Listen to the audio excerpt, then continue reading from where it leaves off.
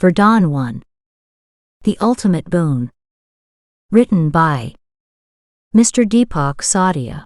Chapter 5. Are Women Also Human? One morning in the year 1188, Krishna Chandra returned to his birthplace. People started recognizing him as soon as he entered the village. The reactions of the villagers were mixed. Some were shocked and some were surprised. Smiling Krishna Chandra did saluting everyone and kept going toward the home. He was very happy to reach out of his house. He looked at the house for a while and then went inside. Beli Rama was going to work, and Shakuntala Devi came out to see him off. All of a sudden they saw their lost son. All three looked at each other near the threshold. Despite not wanting to, the parents also gave the same reactions as everyone else. Krishna Chandra is looking well. He looks handsome and calm. Look at the smile on his lips, as if nothing had ever happened to him.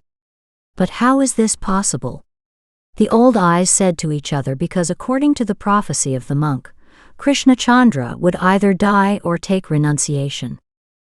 In both cases, he was not going to return home ever. Accepting so, the old couple gave up the idea of seeing their son again. But smiling Krishna Chandra was standing in the courtyard. How could it be? The reaction of parents did not match the perception of Krishna Chandra.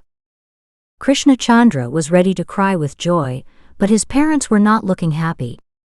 While mother and father were in doubt, Krishna Chandra's smile went off. His parents gave him a great shock. He had not at all imagined that kind of behavior of his parents. They would run to see me. They would hug me tight. It will be very difficult to stop them from crying. Those kinds of thoughts were coming into Krishna Chandra's mind throughout the journey. Reality stunned Krishna Chandra. Parents were behaving like strangers.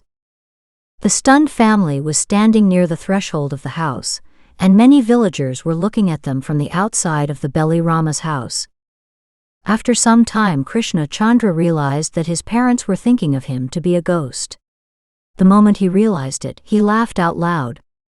Where parents were horrified by their son's sudden laughter, some sneaky villagers ran away in fear. Seeing this, Krishna Chandra laughed again and kept on laughing while enjoying the funny scene. After that, Matashiri, this is me, your Putara Kishu. Neither a ghost nor a stranger, I am still just an ordinary human. In the past, I did not have any disease and never had any ghost obstruction. Now I am neither going to die, nor am I going to renunciation. Look at me, my physical and mental condition is perfect, as it has never been before. The monk's prediction was correct. I have got my goal, but that is not renunciation. That's why I come back to you. Just look at me, do I seem to be saying something untrue? Krishna Chandra said while explaining to parents. On hearing this, both of them looked at him from top to bottom. Krishna Chandra indeed seemed infinitely calm and exceedingly happy. Pitashiri, your experienced eyes are right, I am healthier than ever. As I mentioned earlier, I feel better than ever. I have also found answers to my difficult and complex questions. Look at these. I have written these books. Pitashiri, I have found the goal of my life. If I can say in your words, I am cured permanently. May I come near you if you allow? There is a strong desire to touch your feet. Krishna Chandra asked confidently while flowing in infatuation. Beli Rama did not budge from his place. There was no change in Beli Rama's facial expressions either. He was observing Krishna Chandra physically with his experienced eyes. He was checking the truthfulness of his words and expressions with his sharp mind. Shakuntala Devi lost her patience while Beli Rama was carrying out his action. She went ahead and kissed her son's forehead. She hugged him as tight as Krishna Chandra imagined. Feeling his mother's closeness, Krishna Chandra also cried with emotion. After a while, Krishna Chandra looked at Beli Rama, who was still stern. He took a deep breath to say something serious. Pitashiri, there lives a beautiful, well-mannered, having many other qualities, and very sweet girl in a township outside the city. Her name is Kumari Rukmini. I like her so that want to marry her. Krishna Chandra said humbly. Krishna Chandra conveyed his wish to his father without hesitation. The father instantly understood the mannerism of his son, who was not taking his permission. In fact, he was telling his decision. Pandit Beli Rama, who had not yet accepted his son, became furious when he understood his Brahmin son was fully prepared to marry an Akut girl. Krishna Chandra immediately understood his father's body language and guessed what he was going to say. I know, Pitashiri, that you cannot cross the limits of the dignity of the society created in the name of religion and casteism. You would never allow me to do that too. For you, the marriage of an Akut and a Brahmin is a great sin. But Pitashiri, a unique truth has come out in my study, that casteism has not given any beneficial results in society. On the contrary, the religion caste has caused deep harm to society. A system that does not benefit society should not be kept in society, while it causes harm. After coming to the fore of this truth, my conscience does not accept the notion of caste. Krishna Chandra said firmly yet politely, explaining everything to his father. Beli Rama was more shocked to hear his son's new thoughts. Beli Rama was convinced that this boy is not my son. It cannot be my son. My son, who was one of the most educated as well as wise people of Aryavarta, cannot speak something that is beyond the social system. So are you a Brahmin now, or not? Beli Rama asked, trying hard to remain calm. No, Pitashiri. I haven't since the last 3 months. Krishna Chandra said firmly and instantly, as he already knew that his father going to ask that question for sure. Krishna Chandra's quick reply was painful to the father, who had little hope that his son might give some answer that would comfort him. The true gentleman Beli Rama felt like slapping his uncivilized son. But since he had not yet accepted that boy as his son, he had no right to do anything like a father can do with his son. He tried harder to control his mixed emotions, while Krishna Chandra closely observed his wise as well as loving father. Just like the father, the son also had a little belief that maybe his wise as well as loving father would choose him instead of foolish worldliness. Beli Rama was unaware of his son's expectations, as each father is unaware that there is no monopoly of fathers on the expectations. Kids can also expect to form their parents. How many parents are in the world who think so before reacting? Maybe no one. What will your identity be for the rest of your life? Beli Rama asked the question as a Brahmin instead of a father. That was the question that indicated to Krishna Chandra that his wise as well as loving father chose worldliness instead of him. At that moment he wanted to cry, but the time was inappropriate because he was in the middle of a revolution that had been started from his home. So he kept his tears. When Krishna Chandra was controlling his tears, Beli Rama became impatient as he did not receive any reply from his new as well as uncivilized son. I asked, what will be your identity for the rest of your life? Beli Rama asked more firmly, as he was prepared to give a civilized announcement to that uncivilized boy who was once his dear as well as wise son. Krishna Chandra was able to feel the harshness in his father's polite words. Just like the father, the son was also fully prepared for his destiny. Neither Brahman nor Akut nor anything else, only humanity will be my religion and humans will be my identity. Krishna Chandra responded firmly with folding hands. That was the answer that indicated to Beli Rama that his son died forever, and this boy was not his son. Well, young man, this house belongs to a Brahmin. Whoever lived here, whoever is living here, and whoever will be lived here will be one and only Brahmin. Non-Brahmins are not allowed to live in this house. If any bride ever comes to this house, she too will be only a Brahmin. Beli Rama said, in a little anger. Brahmin father gave his verdict that was not a shock for non-Brahmin and only human son. Krishna Chandra took 2 deep breaths. Pitashiri, I know this. I already know your decision. So this time I am formally leaving your house. I will build a new world in which no stupid system and unwise culture will stand in my way to live a peaceful and prosperous life. This will not harm your reputation, and I will be able to live as I want to. Krishna Chandra also gave his verdict. With those words, Krishna Chandra clearly indicated that his only intention was to live happily. If any worldliness system tries to stop his happiness, then he will tear apart that worldliness system with no regret at all.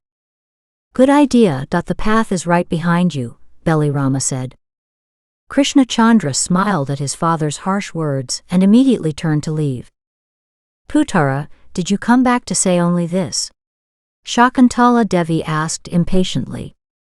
With those words, Shakuntala Devi tried to indicate to both men that there was another living creature standing in the courtyard that seemed like a courtroom. Matashiri, I love you very much. Your affection brought me here. Krishna Chandra expressed his true feelings. Don't lie. Kishu, if you had loved your Matashiri, you would not have left your Matashiri alone at this old age. You would get your wife to serve me, as every Arya boy does. Shakuntala Devi gave honest complaint of his son to his son. Krishna Chandra went near the mother. Matashiri, this is what I want from the bottom of my conscience, but I cannot hurt my Pitashiri's honor under any circumstances. Krishna Chandra said to calm his emotional mother. Putara rightly said. The concept of respect only belongs to the Pitas. Matas neither have respect nor honor, because Matas are not human. Only men are human. Women are women, so we Matas have neither desires nor rights. Thank you Putara for reminding me so. Thank you very much. Shakuntala Devi expressed her true as well as hidden feelings. Shakuntala Devi gave a shock to his beloved, as well as a true gentleman husband. No Matashiri, no, it is not true. The son reacted while the shocked husband was still silent. Putara, this is the truth. Women are born to obey. In childhood obey the Pitashiri. In youth obey the husband. In old age obey the Putara. I forgot this social arrangement of our civilization. I am glad that my wise Putara has reminded me of the technicalities of our great and most civilized system. Shakuntala Devi firmly said. With appropriate words, Shakuntala Devi was showing a mirror to male-dominant civilization that it is not civilization, it is menlization. Matashiri, it is a lie. Women are not slaves, who continue to be slaves to men throughout their lives. Keep obeying every good and bad thing of men. Krishna Chandra expressed his true feelings too. No Putara, you are lying again.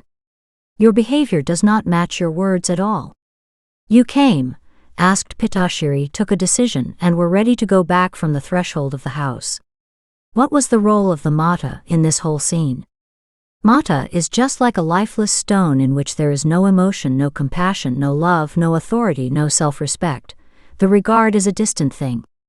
Shakuntala Devi spoke the truth while crying.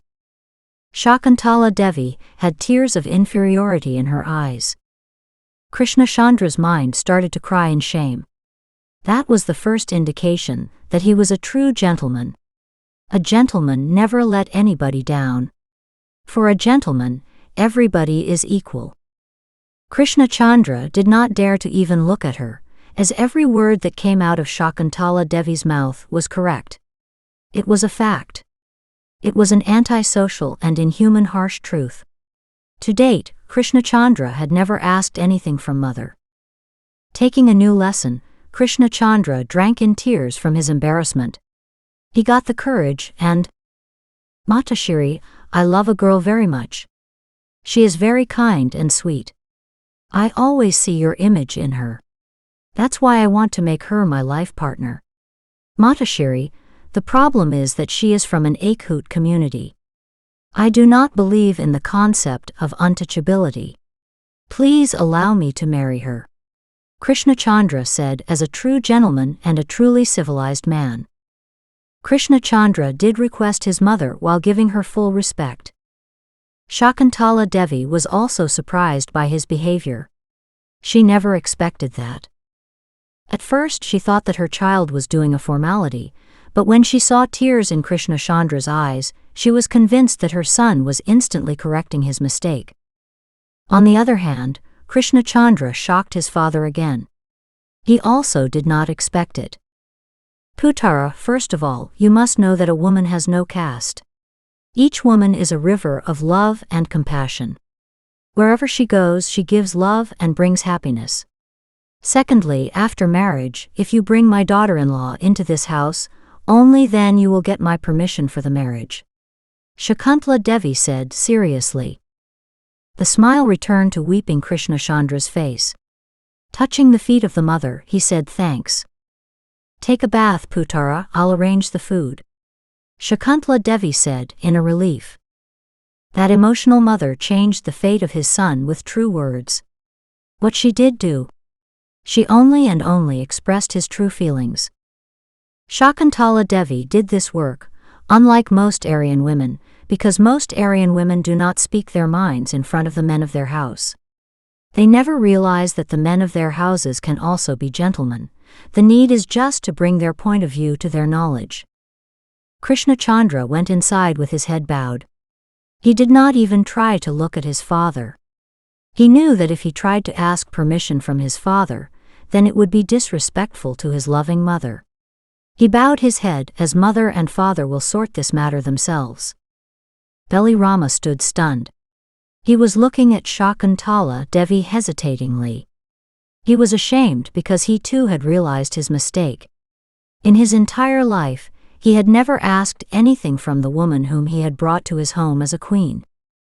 Belly Rama did not even know when the queen became a mere slave in the social system. The respect and the authority that his son had given her that day should have been given by him. My better half, what is the order for me? Like a true gentleman, Belly Rama immediately asked. Just like his son, Belly Rama was also correcting his mistake immediately. Yes, he was able to do so, because he was a true gentleman too. A true gentleman corrects his mistake instantly when he comes to know about his mistake. A true gentleman never stops himself under the influence of pride. Shakuntala Devi could not believe her ears. Sorry Devi, I have just realized my mistake, so I am correcting it now.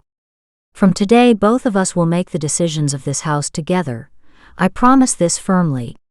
I will fully respect your will throughout my life because you are not my maidservant, but my soulmate. Belly Rama said seriously.